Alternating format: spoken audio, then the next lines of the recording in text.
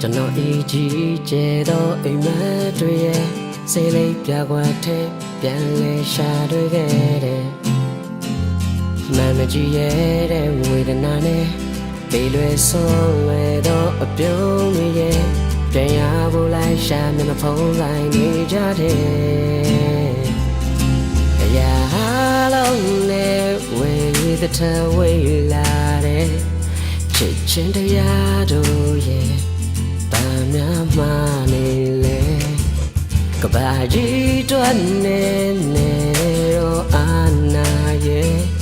သင်လေးငါခန္ဓာအတွက်ပူလေးလိုက်ရတယ်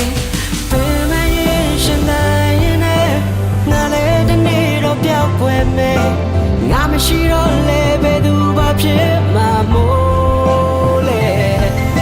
ငါတော့သွားတဲ့ခံမှုရမယ်လူတွေရဲ့တော့ကမြည်ရဲ့တလုံးမဟုတ်တာပုံမှန်တော့ပါပဲနေနေဆွေ